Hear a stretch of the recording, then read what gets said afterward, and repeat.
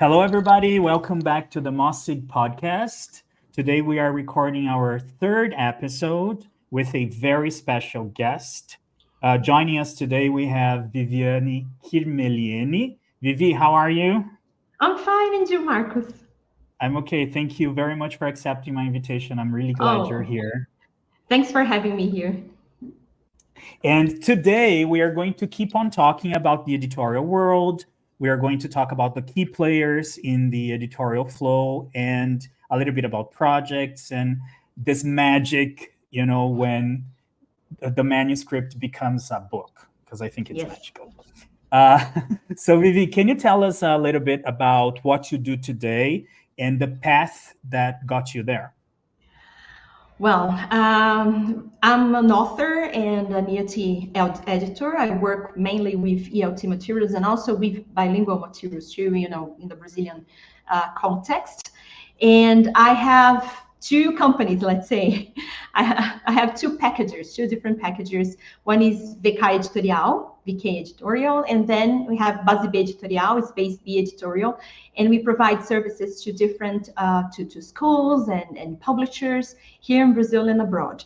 So I wear many different hats. So I have the author hat, I have the editor hat, but I also work as a project coordinator, a project manager, let's say, for when we have, this huge editorial projects.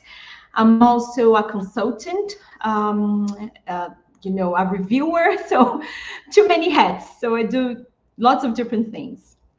And And how what did you got me get there? here? Yes. Well, I started teaching, in the last century. Yeah, me Literally, too. I have been in ELT since 1994. I was very young when I started, and I worked as a teacher for 13 years.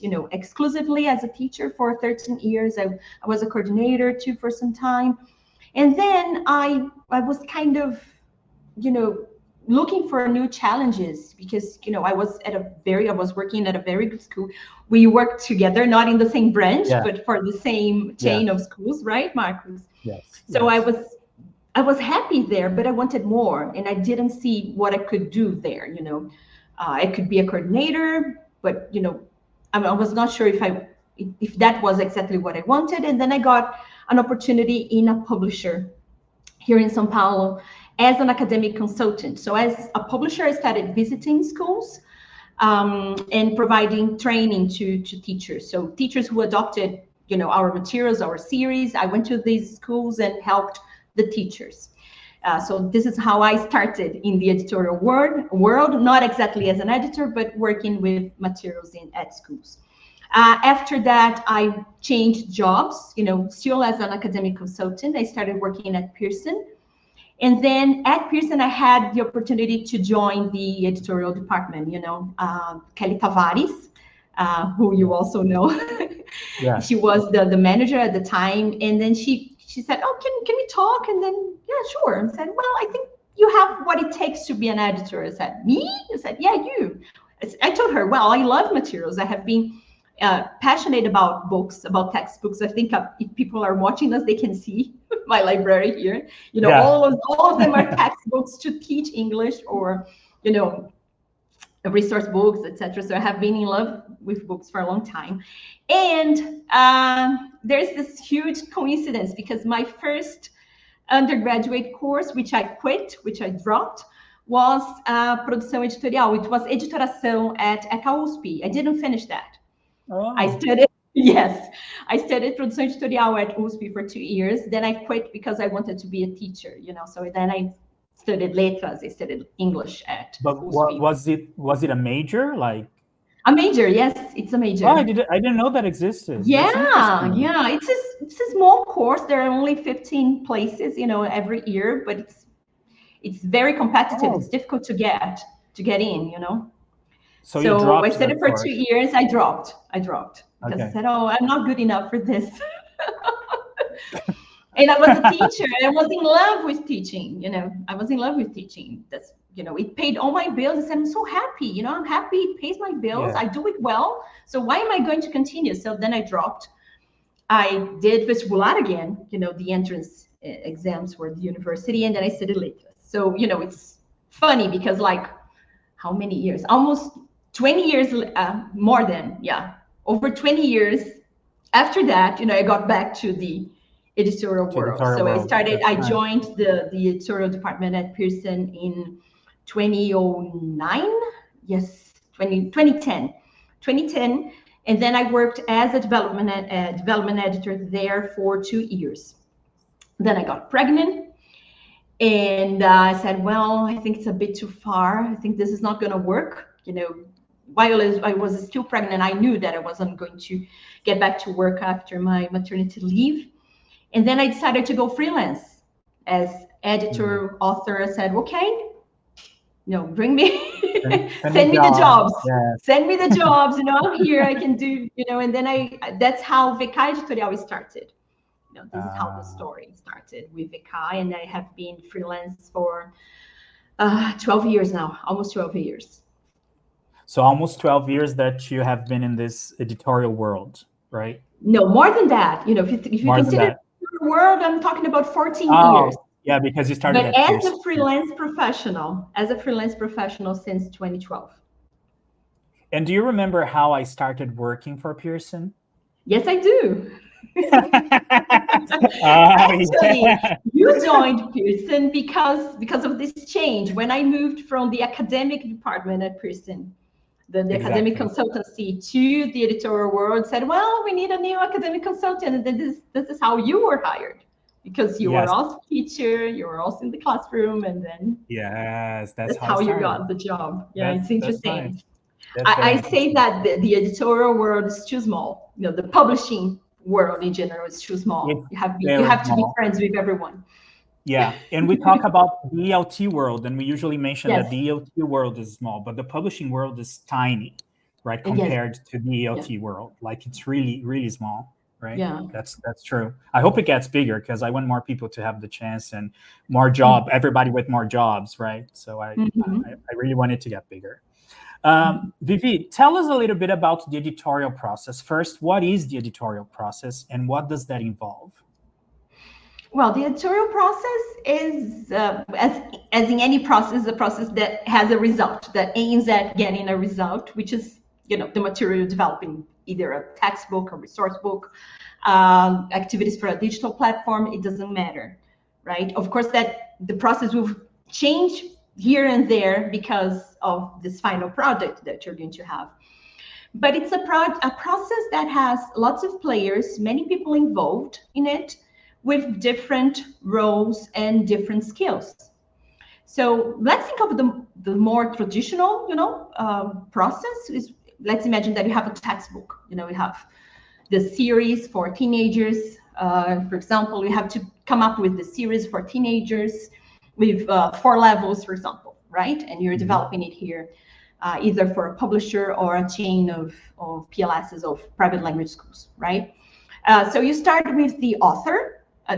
Sorry, we don't start with that. No, before that, there's a lot of planning, right? Because you have to plan this series. So, okay, 4 levels, but how long will this book be? Are we going to have a workbook? Are we going to have other ancillary materials? So you plan the book, you plan this. And in this planning, you must include, at least that's how we work here, both at VK and BRAZ-TESOL. We have to try to include everything, so from the pedagogical principles of the series to all the patterns that we're going to have in terms of consistency, in terms of language. So we try to cover everything, right? So we start with this plan, which we call here Projeto Editorial. You go to publishers, they can also call it Plano de Obra. There are different names. But here at BRAZ-TESOL, we never start a project without our Projeto Editorial, this document. And this document changes all the time. We say that it's alive. We usually say it's a live project. And then, it's going to go through changes, whenever necessary. So we start with that, planning everything, planning the pages, planning the content on each page. And then all those who are involved in it, the client, for example, in our case, the client has to approve it. So sometimes we build it together, with the client. Sometimes we build it here and then we show it to the client, but we need the client's approval, of course. Yeah. Right. So after that, after we have defined this is what we want, that's what we're going to do. Next, we move on to the authorship, and then the author will have access. All the other people involved in the project, all of them will have access to this editorial project, this document, this initial document, right? So we briefly, yes. When you are creating this initial document, do you also involve the market? Like, do you do market research and things like that when you're creating the product? Not always, or sometimes. We never had to do like formal market research here. I have worked with as an editor, I have worked in bigger projects when we had market research, Okay. But what we do here is more informal. We talk to the client, and the client usually has, some kind of market research. If we're talking about a publisher, the publisher has talked to teachers or to the consultants who visit the schools. And so we have this information, but we don't carry out, we as a company, we don't carry out market research ourselves. All right. Right. So we have this initial document, and then we start talking to the author or authors. It depends on how big the project is. And then, of course, that here we have some authors that we have already worked with, people we like, people we trust, who work well, but people have different profiles. So I have authors, for example, A, B, and C. So A is great with kids, B is excellent with teenagers, and C is very creative, right? So depending on the features of my project, I will select the authors, and then we start talking to them. So once you have an author, then you get the ball rolling, because first we have what we call the manuscript, or in Portuguese, we call them originais. You have the manuscript. We usually have a template for this manuscript with all the patterns and all the models and the hierarchy of this work, right? And then after we have this manuscript, we have the edition, right? Then we have an editor working on this manuscript.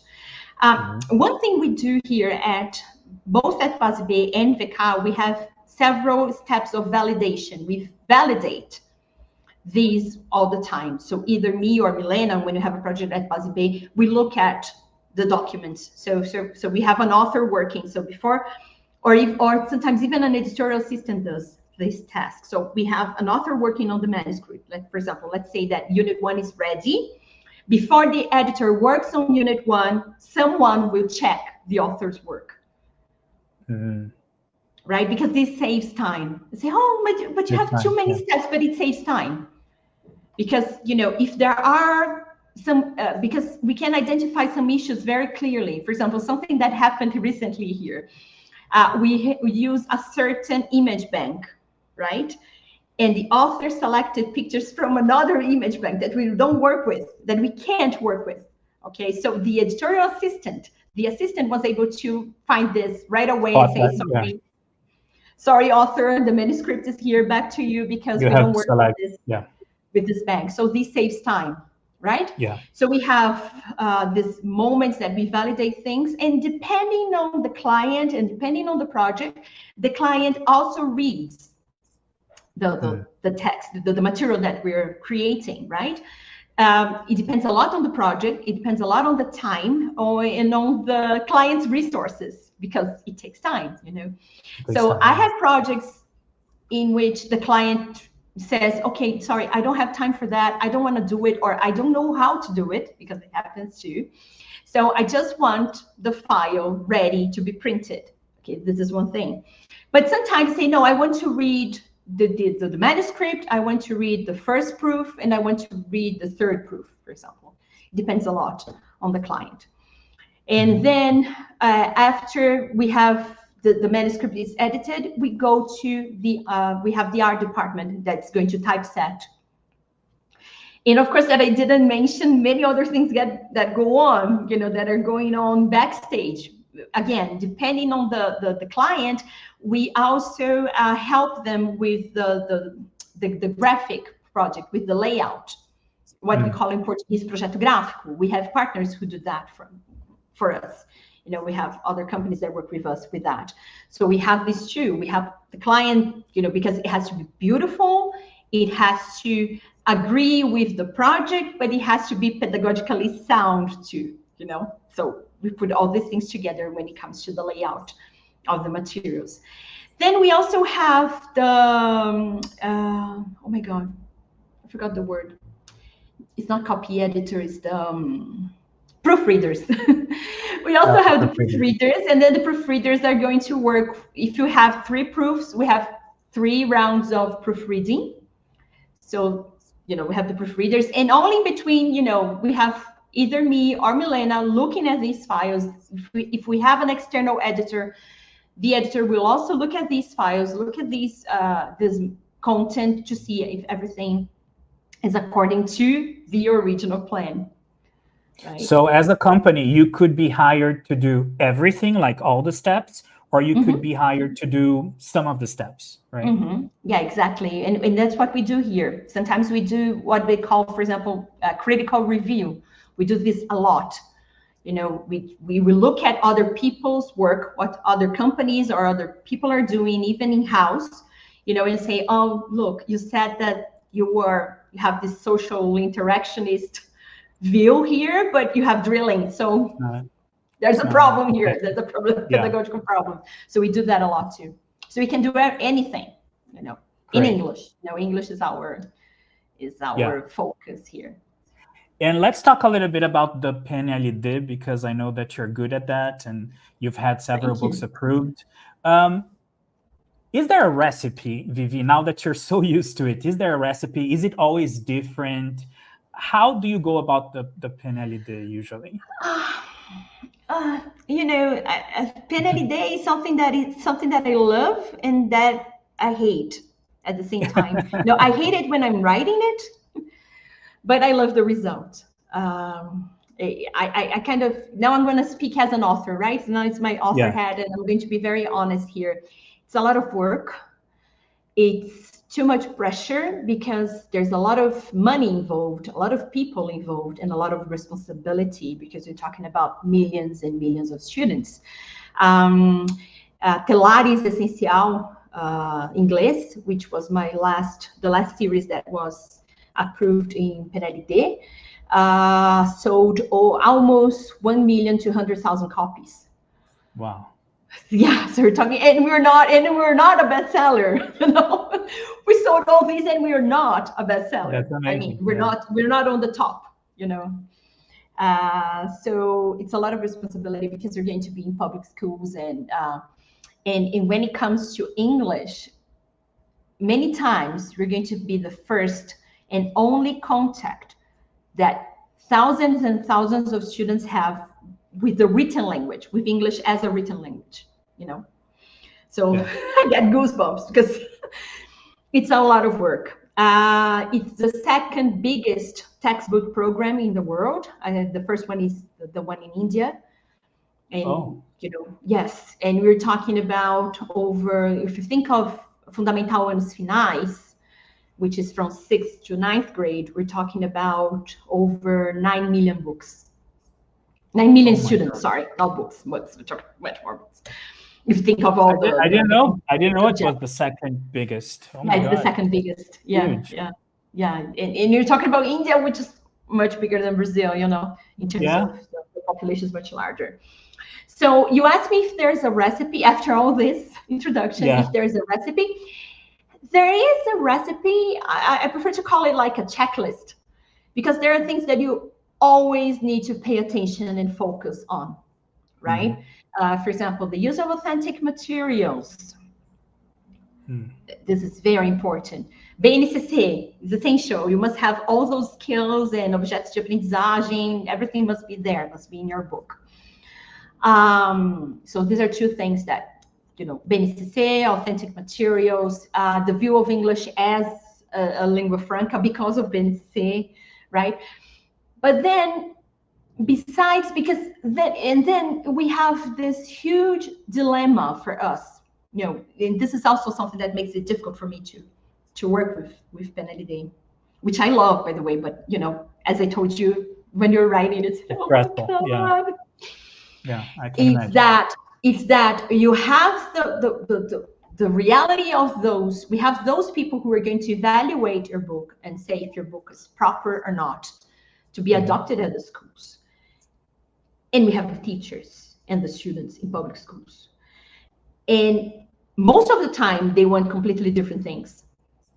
So you have to find this balance. I think this is the hardest thing about Penalty Day. You have to find this balance because you have to be approved. Otherwise, you're not going to get to schools. But once you get to schools, teachers must like your book, trust your book, and trust that they can work with your book. Believe that they can work with your book, with the material you created. And this balance is hard to reach. Yes. And Because are the deadlines crazy too for Penalty yeah, Day? of course. Yes, they're insane. They're insane. We have this very nice group of authors. We are in 4. We worked with Talares, the last one, and we work very well together. We like each other. We know we kind of complete each other. Something that I do well, Elaine doesn't, and something that Adriana does well, I don't, and something that Rafa does well, Elaine doesn't. It's great to work together. But for example, now everybody's working on Ensino Médio, on the materials for Ensino Médio. And when the publisher presented, okay, this is the schedule for Ensino Médio, this is what we want you to do, we said, sorry, we can't. So I'm not doing Ensino Médio right now, for example, You're not because doing the Ensino deadline, not only the deadlines, but also the lack of definitions. Because I'm talking about when we said no, it was like October, November last year. We didn't have the settlement for the new Ensino Médio. What they are going to do with Novo Ensino Médio, we didn't know. So maybe we were like, in the middle of everything, we had written 50% of the manuscripts, and something big happens and we have to get back and rewrite everything. This has happened to me before. I have gone through that. We are there. Oh, we're there. Yeah, we're in the middle of book 2. We're fine. And then I say, oops. Now people, and what happened was when books stopped being consumíveis. I don't know how to say that in English. We couldn't have writing on lines anymore. Yeah. So we were and it was Ensino Médio. So imagine that we have 3 levels. We were about to finish the 2nd level, and then say, oops. Something changed. Cannot have that anymore. So we had to get back to book 1. Yeah. And figure things out. So this happened to us before. So it's not only the deadlines, but the government, and it doesn't matter which government we have. If you're talking about something we have at MEC, at the Ministry of Education, there's a problem with the Ministry of Education. They take a lot of time to release the guidelines. What the so-called editorial. So you usually start working before you have these guidelines, and once you have the guidelines, sometimes you have major changes, sometimes minor changes, and then have to redo a lot of work. So this is another challenge too. Oh, that's interesting. I didn't know that too, that you usually started before having the guidelines. No, we start before. We have to. Otherwise it's impossible, because we have the authentic materials and we need to get permissions to use these materials. So we have this, and we must have a variety in terms of language. We must have linguistic variety, right? So I got this very nice article about, let's imagine I have this unit on natural disasters, and I have this very interesting article about a typhoon that happened in the Philippines that was published in English in a newspaper in the Philippines. Someone from the permissions department at the publisher has to get in touch with the newspaper in the Philippines to get this permission. So this takes a long time too. And sometimes you don't get the permission, so there are lots of things going on. And Vivi, I'm curious about something, because, okay, so you have the Penalty Day, you have a lot of work, you put in a lot of effort, and then it doesn't get approved. So my question is, for the people working on the project, do they get paid anyways? How does that work if the book is not approved, for example? It depends on the agreement you have. People who are in-house or packagers that are hired to work with these types of editorial work, they will get paid anyway. For authors, it depends a lot on the kind of deal that we have. The deal that I usually have with the publisher is that I get an advance payment. Let's say, we agree on a certain amount, as an advance. And then my agreement is, if the book is approved, this will be discounted from my rights, when I'm paid later, If it's not, we're even, because I worked. And it's hardly, and when the book, because I have had books that were not approved, just one, and I was an editor at the time, and it's hardly the author's fault when it's not approved, because you have lots of people involved and lots of things going on, so it's hardly the author's fault when it's not approved. So it would be too hard on the author to say, no, okay, so I paid you, I don't know, 20,000 reais, give it back. No. That's not no. Interesting. Oh, I learned a lot about Penelide. Can you, Vivi, can you describe a memorable experience that you had as an editor, as a vendor for publishers, like maybe a series of books that you really loved, that you found, the work you did was great and the impact was huge. Do you have any series in your mind that you say, wow, that was so great, it was great working on that? I think I love what I do. I'm passionate about what I do. So, work is my refuge for everything. So when I'm happy, I work. When I'm sad, I work. Work is my happy place. I'm very fortunate to work, to do. It doesn't mean that I love everything I do. Sometimes you say, oh gosh, this is so boring. I'm gonna die. But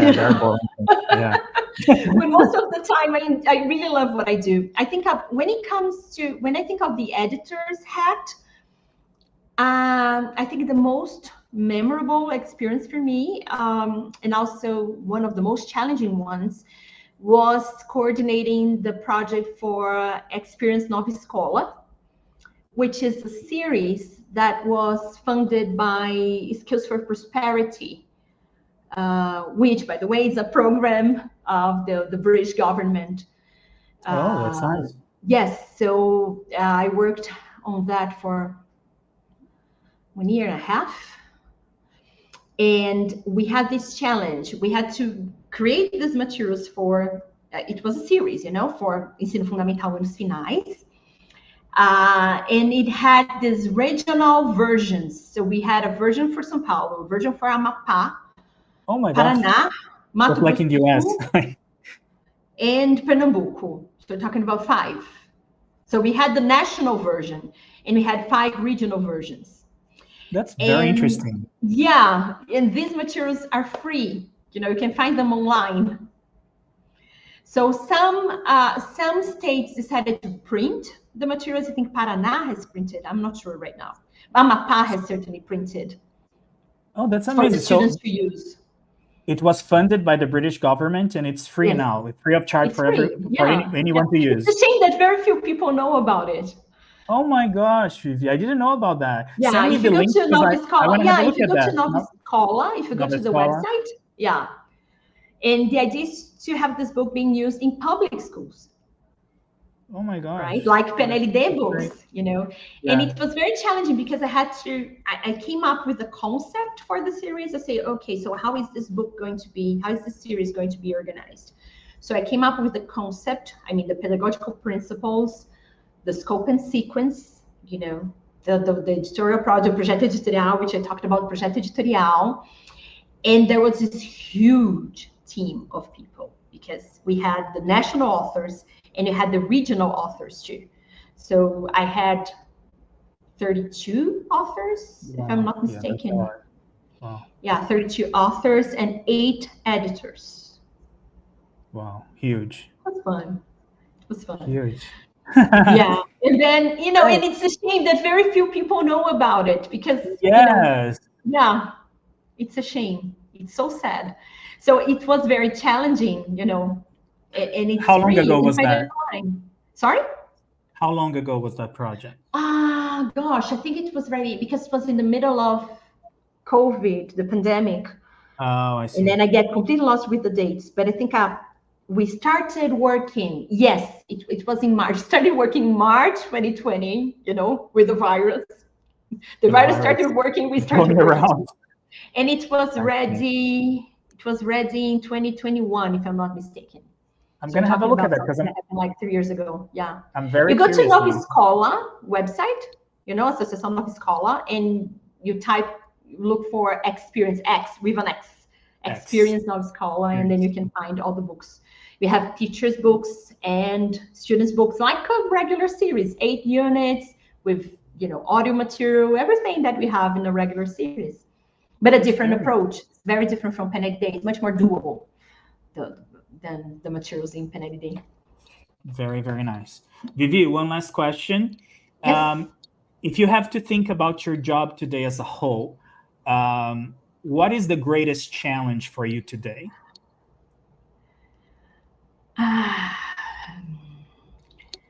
Well, there are so many things going on. There's a lot going on. I think one thing that the whole industry is very, very worried about, and it's the buzzword. Actually, it's not even a word, it's like an acronym, right? It's AI. Yeah.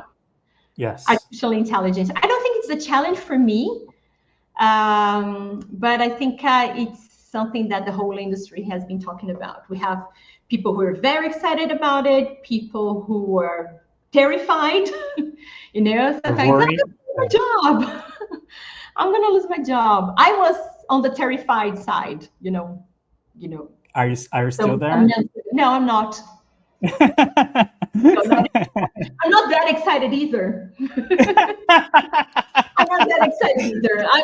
But I'm not terrified. I was terrified. I remember going to Betty like a year ago, Betty do Car. I remember going to Betty do Car with Milena like a year ago, and Milena was so excited talking about that and while she was driving, and it was a long drive, and I said, "Oh my God, what's going to happen? So much trouble. We're in so much trouble. Oh gosh, I have to start thinking, what am I going to do? I'm going to lose my job. I'm going to close the office and close the companies in a year and this and that." I was terrified.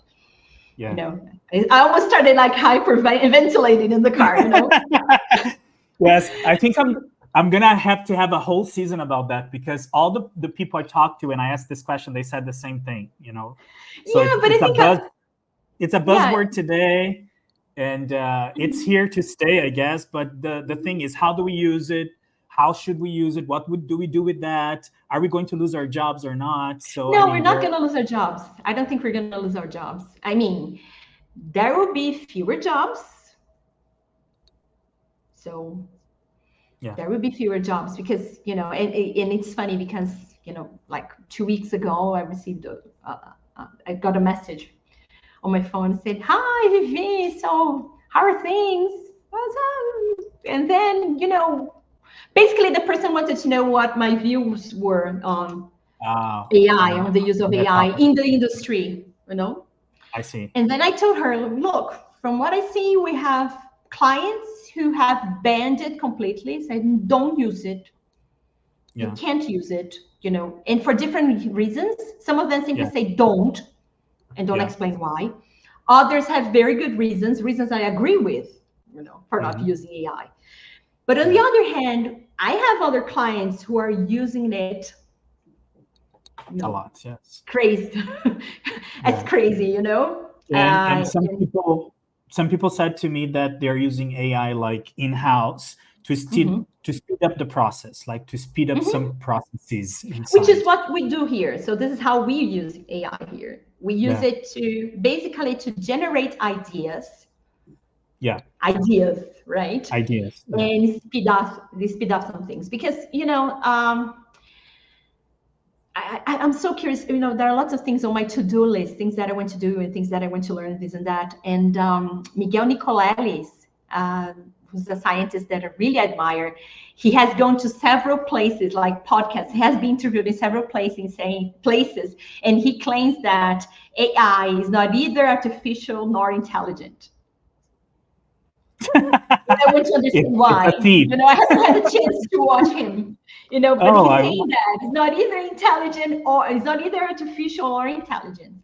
And I don't know how, he's like what he's. What's his name? Miguel Nicolelis. Miguel He's Nicolelis. a neuroscientist. He's a Brazilian neuroscientist, Miguel Nicolelis. Do you remember when we had I think it was the opening game in the World Cup that we had that person with this skeleton, like this robotic skeleton? Oh, yeah. Walking. So he was responsible for that. Oh, he's not so famous in Brazil, but he's a pop star in science, you know, worldwide, Miguel Nicolelis. So he's saying that. And I think, I don't know why he's saying that, but, you know, once you start working with, and I work with ChatGPT a lot. Once you start working with that, you said, oh no, not again. The same language, the same things. It's so it's not obvious. that intelligent. No, it's not that intelligent. It's not creative at all. It's not creative at all. So I think it's you know, just it works with patterns, right? Yeah. You know, so I think we have to use it. My point is, I think we have to use it. It has come to stay, but it's another tool, you know. It's a tool we're going to use. Like when we had the internet and we stopped going to libraries. I'm really afraid, because I've heard some people saying that that we can use it for everything, you know, and it's not a copy and paste thing. It should never be a copy and paste thing, you know. And I think lots of people have been doing this, simply copying and pasting, you know. And then I think those who are able to use it in an intelligent way, you know, these people won't lose their jobs, you know, if you're able to use it intelligently. Yeah, because like you said, it does generate ideas, right?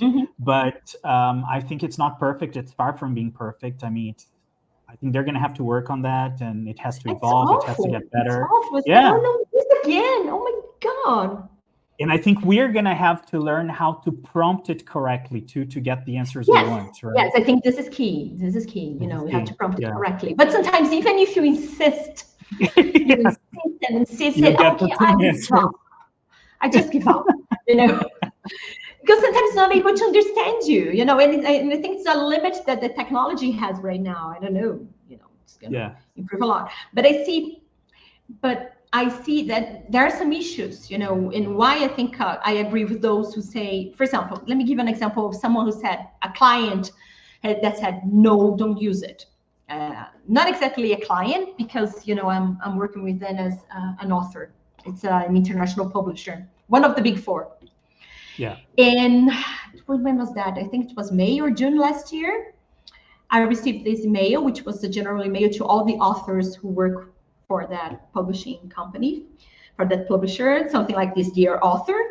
And it was long, a very long message from the law department there, the regulation department there. And they were talking about rights, author rights, because that's the main point. You know, who's the owner of that text that was generated? So something that really, really bothers me is the point that we don't have sources. You don't create that from zero. For example, because this is something that we do at Kimerliene. For example, if I'm going to because it's a potpourri of sources, right? Like when it's a potpourri of sources, but it bothers me not knowing what the sources are. Yeah. Because, for example, if the source is, and of course that I'm able to identify this bias, I'm able to identify that, and then I'm going to discard that text.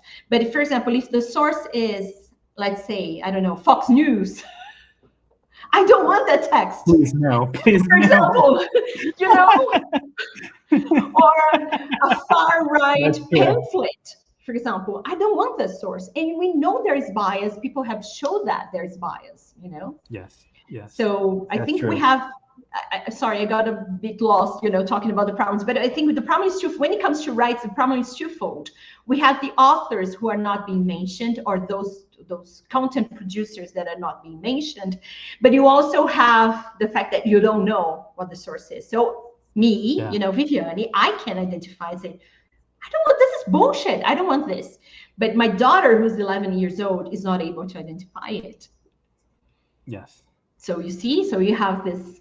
So basically, getting back to the international publisher, what the publisher said, we have all these copyright issues going on. We don't know what's going to happen, and we see that New York Times, for example, is suing OpenAI, and Microsoft because of that. Say, look, you're using my material. I have produced this material. You're using my material. I have identified that, and you're not paying me. You're not naming me as a source. So the New York Times is suing OpenAI and Microsoft right now, right? So what the publisher said simply was, don't use it because we don't know what's going to happen in terms of copyright. If you have used it, talk to your in-house editor immediately, Yeah.